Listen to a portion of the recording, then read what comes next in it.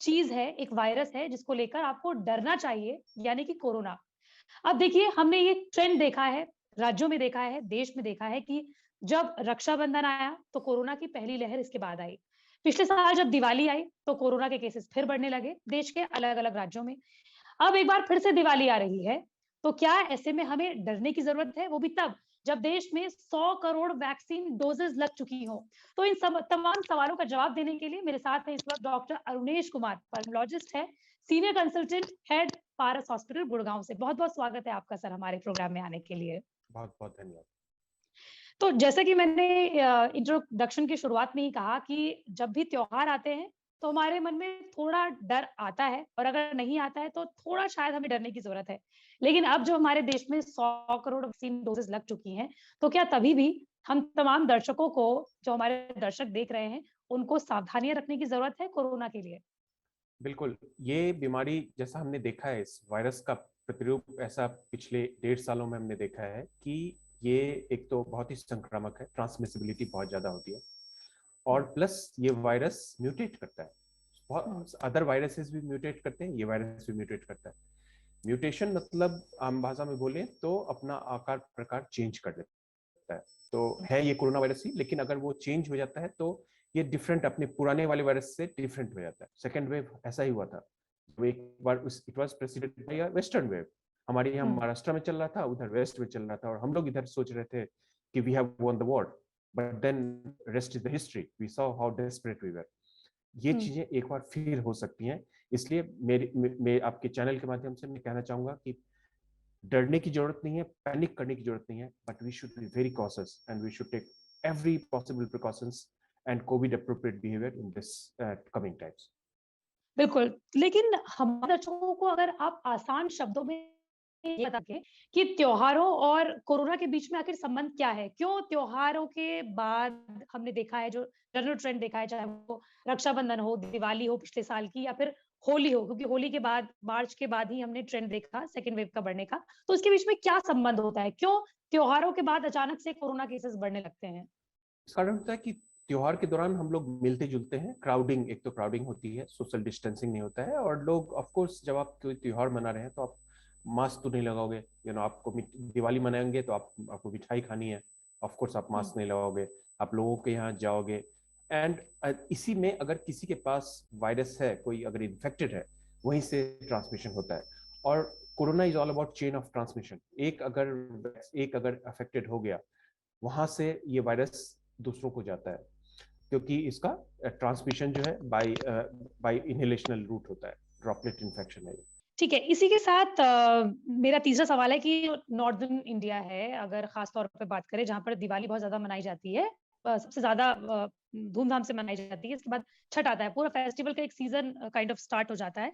लेकिन अगर दिल्ली, आस-पास के इलाकों में बात करें, नॉर्दर्न इंडिया के बारे में ख़ास तौर पर बात करें, तो प्रदूषण बहुत ज़्यादा बढ़ जाता है, यहाँ से सर्दियाँ भी बहुत ज़्यादा बढ़ जाती हैं। हम कई डॉक्टर से, एक्सपर्ट से अब तक सुन चुके हैं कि क्योंकि ब्रिटेन हो या फिर यूएस के कई इलाकों हो, वहाँ पर ठंड ज़्यादा है और ठंड के मौसम में ज़्यादा डरने की ज़रूरत होती है।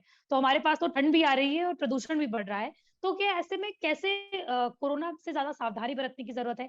और कोरोना, पॉल्यूशन और सर्दी के बीच में क्या संबंध है? तो देखिए, ये जैसे मैंने बताया, कोरोना वायरस, कोविड वायरस जो है वो ड्रॉपलेट इन्फेक्शन से फैलता है। ड्रॉपलेट क्या होते हैं कि आपके एक उसके अंदर वो वायरस है, वायरस के ऊपर से एक ड्रॉपलेट है जो इन दिस सिनेरियो एक कफ है, आपका हुँ, अंदर का स्प्यूटम है। हुँ, जब ओस बाहर होता है, जब टेम्परेचर घटता है, तो हमारे वातावरण में जो ड्रॉपलेट्स होते हैं उसके साथ साथ उसमें पॉल्यूटेंट्स भी आ जाते हैं, जो पॉल्यूशन के जो कण हैं उसमें इंट्रैप हो जाते हैं। कुछ कुछ वायरसेस में प्रीवियस स्टडीज में देखा गया है कि ये ड्रॉपलेट, ये जो बनते हैं, ये अपने आप में वायरस को भी इंट्रैप कर सकते हैं। दूसरा क्या होता है कि ठंड के समय में आपका जो वातावरण है उसके ऊपर फॉग लगा हुआ है, तो एक तरह से वो गैस चेम्बर इफेक्ट हम लोग बोलते हुँ, हैं इंग्लिश में, कि इसी कारण ये पॉल्यूशन में भी यही थ्योरी है कि आमतौर पे अगर आपका आसमान में बादल नहीं है, अगर फॉग नहीं है, तो अगर कोई प्रदूषण भी हो, तो आपके वातावरण, उसको जगह है ऊपर जाने की, जहाँ पे वो ऊपर जा सकता है, जो आकाश में फैल जाएगा और बिकॉज ये हवा है, ये ऊपर की तरफ जाती है। लेकिन अगर यहाँ पे कोई घरा, सपोज पॉल्यूशन और स्मॉग बहुत ज्यादा है, तो ये चीजें वहां नहीं हो पाती हैं, तो ये वायरस थ्योरेटिकली हुँ, सर्कुलेट हो सकता है। मतलब एक तरह से समझो कि आप एक आप एक ग्लास हाउस में बैठे हैं, एक वायरस को किसी ने भेज दिया अंदर, अब उस वायरस को बाहर निकलने की कोई जगह नहीं है, वो अंदर में रिसर्कल कर रहा है, तो उसमें इन्फेक्शन के चांसेस थ्योरेटिकली ज्यादा है एज कम्पेयर टू तब जब ठंड ना हो, जब पॉल्यूशन ना हो, जहां पे कि वायरसेस को स्केप करने का चांस ज्यादा होता है। तो इस समय में क्योंकि हमारे पास एक त्योहार का सीजन है, दूसरा इंग्रेडिएंट है हमारे टेम्परेचर कम हो रहा है, तीसरा इंग्रेडिएंट है दिल्ली एनसीआर के लिए बहुत रेलिवेंट है, वो है पॉल्यूशन का बढ़ना। कुछ एक्सपर्ट्स का ये कहना है कि दिवाली को लेकर कि आपने पिछले साल भी दिवाली डर के मनाई थी, तो जिन इलाकों में कोरोना के केसेस कम हैं, अगर दिवाली और कोरोना के संबंध के बारे में बात करें, तो वहाँ के लोग फिर भी एक दूसरे के घर जाके मिलकर को दिवाली मना सकते हैं। लेकिन जिन इलाकों में कोरोना के केसेस बढ़ रहे हैं, जैसे कि बंगाल के कुछ इलाके हैं या फिर केरल के या महाराष्ट्र के जिन इलाकों में कोरोना के केसेस बढ़ रहे हैं, वो लोग अपने घरों पे मनाएँ।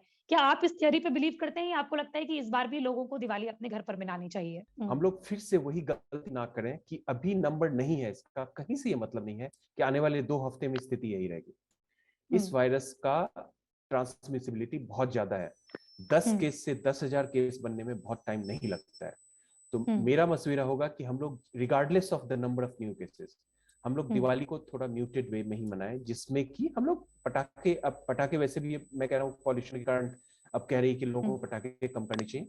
अगर हम लोग अभी भी इलेक्ट्रॉनिकली थोड़ा सा दूर से ही अगर दिवाली मनाएं, इस बार के लिए कम से कम 1 साल अभी रुक जाए, क्योंकि ये वाली दिवाली मोस्ट लाइकली अगली दिवाली में हम लोग बेटर ऑफ होंगे, ये पक्का है। आज जो है एक ऑप्टिमिस्टिक व्यू मेरा ये है, अगली दिवाली हमारी इससे अच्छी रहेगी, सिक्योर रहेगी, क्योंकि हमारे पास तब तक एटलीस्ट न सिर्फ वैक्सीनेशन हो गए रहेंगे, बहुत लोगों को बूस्टर भी लग चुकी होगी। वायरस थोड़ा सा एंडेमिक नेचर में ले लेगा, अब जैसे एंडेमिक नेचर वायरस ने लेना शुरू कर दिया, तो एक बार जब ये एंडेमिक फेज में चला जाता है वायरस, तो ये खतरा नहीं रहता है, वो पेंडेमिक फेज से बाहर आ जाता है, तब फिर हम लोग बनाए, हमारे पास जिंदगी बची है, ऐसा क्या अगला दिवाली अच्छे से मनाएंगे। फेस मास्क ऐसे में कितना जरूरी है? आपको क्या लगता है कि दिवाली के समय पर जो फेस मास्क है, क्योंकि अब लोग बहुत आजिज आ गए हैं फेस मास्क से, वो कहते हैं कि भाई फेस मास्क हमारे चेहरों से कब निकलेगा, लेकिन क्या कौन सा वो सही वक्त होगा जब हमारे चेहरों से फेस मास्क निकल जाएगा और फिलहाल हमें कब तक फेस मास्क लगाए रखना होगा? मुझे लगता है कि अब हमें ये वायरस, जैसे मैंने एक बार भी बताया, ये वायरस, ये मैंने कभी नहीं बताया कि ये वायरस चला जाएगा कभी, मैंने ये बोला था कि वायरस एंडेमिक हो जाएगा, तो ये एक वर्ड है and I do that with a reason. कुछ दिनों में, कुछ महीनों में ये वायरस रहेगा, ये वायरस कहीं नहीं जाने वाला है। पहली बात, जो कहते हैं कि ऐसा अगले साल, मैंने दिवाली में बोला, ऐसा नहीं बोला कि दिवाली में वायरस चला जाएगा, मैंने बोला ये एंडेमिक हो जाएगा। तो मास्क, मुझे लगता है कि अब हमें वायरस के साथ जीना सीखना पड़ेगा।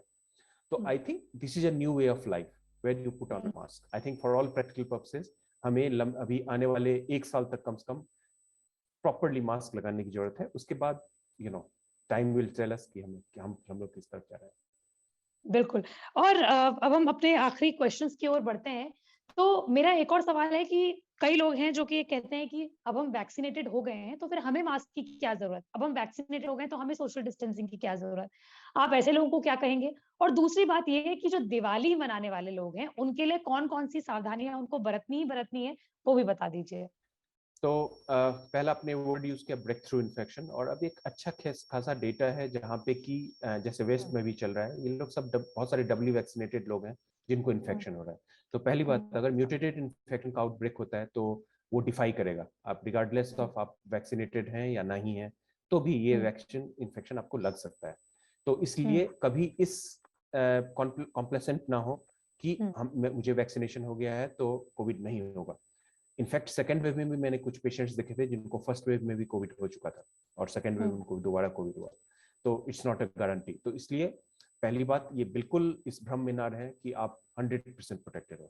वैक्सीन लगाना क्यों जरूरी है? तो वैक्सीन लगाने से शायद अगर किसी को कोविड होता भी है तो उसकी सीवियरिटी कम होगी। ये एक फायदा है जो कि बहुत बड़ा फायदा है, इसलिए वैक्सीनेशन लगाना चाहिए। तो ऐसे लोगों को कहूंगा कि आप प्लीज सावधानी बरतें, क्योंकि आपका रिस्क कोविड होने का बिल्कुल 0% नहीं है, दूसरों से कम है लेकिन हो सकता है। दूसरा, दिवाली में क्या क्या सावधानी रखें? दिवाली में एक तो कोशिश करें कि अगर हम लोग कोविड अप्रोप्रिएट बिहेवियर को स्टिक करें, जैसे मास्क लगाना, थोड़ी सोशल डिस्टेंसिंग बरतना, बार बार हैंड वॉश करना, लोगों से हाथ ज्यादा ना मिलाना। अगर आप दूर से आप अगर कल्चरल कर्टसी कर सकें, नमस्ते कर सकें, जो हमारा हिंदुस्तानी तरीका है करने का, रादर देन हैंडशेक्स। अंग्रेजों का तरीका ना करें, हिंदुस्तानी तरीका करें, वो ज्यादा सेफ है। तो हमारे साथ जुड़ने के लिए बहुत बहुत शुक्रिया डॉक्टर अरुणेश कुमार। तो हाँ, डॉक्टर ने आपको बताया कि त्योहारों में आपको किस तरीके से बिहेव करना है कोरोना को लेकर। वैक्सीन जरूर लगाइए, क्योंकि वैक्सीन आपको कोरोना ना होने की गारंटी नहीं देता है, लेकिन इसके गंभीर प्रभावों से वैक्सीन आपको जरूर बचा लेगी। इसी के साथ साथ आपको फेस मास्क लगाए रखना है, सोशल डिस्टेंसिंग का पालन करना है, और अपने हाथों को बार बार धुलते रहना है या फिर सैनिटाइज करते रहना है। और इसी के साथ आप सभी लोगों को happy Diwali. Thank you so much sir, thank you so much. Thank you, happy Diwali. Happy Diwali sir.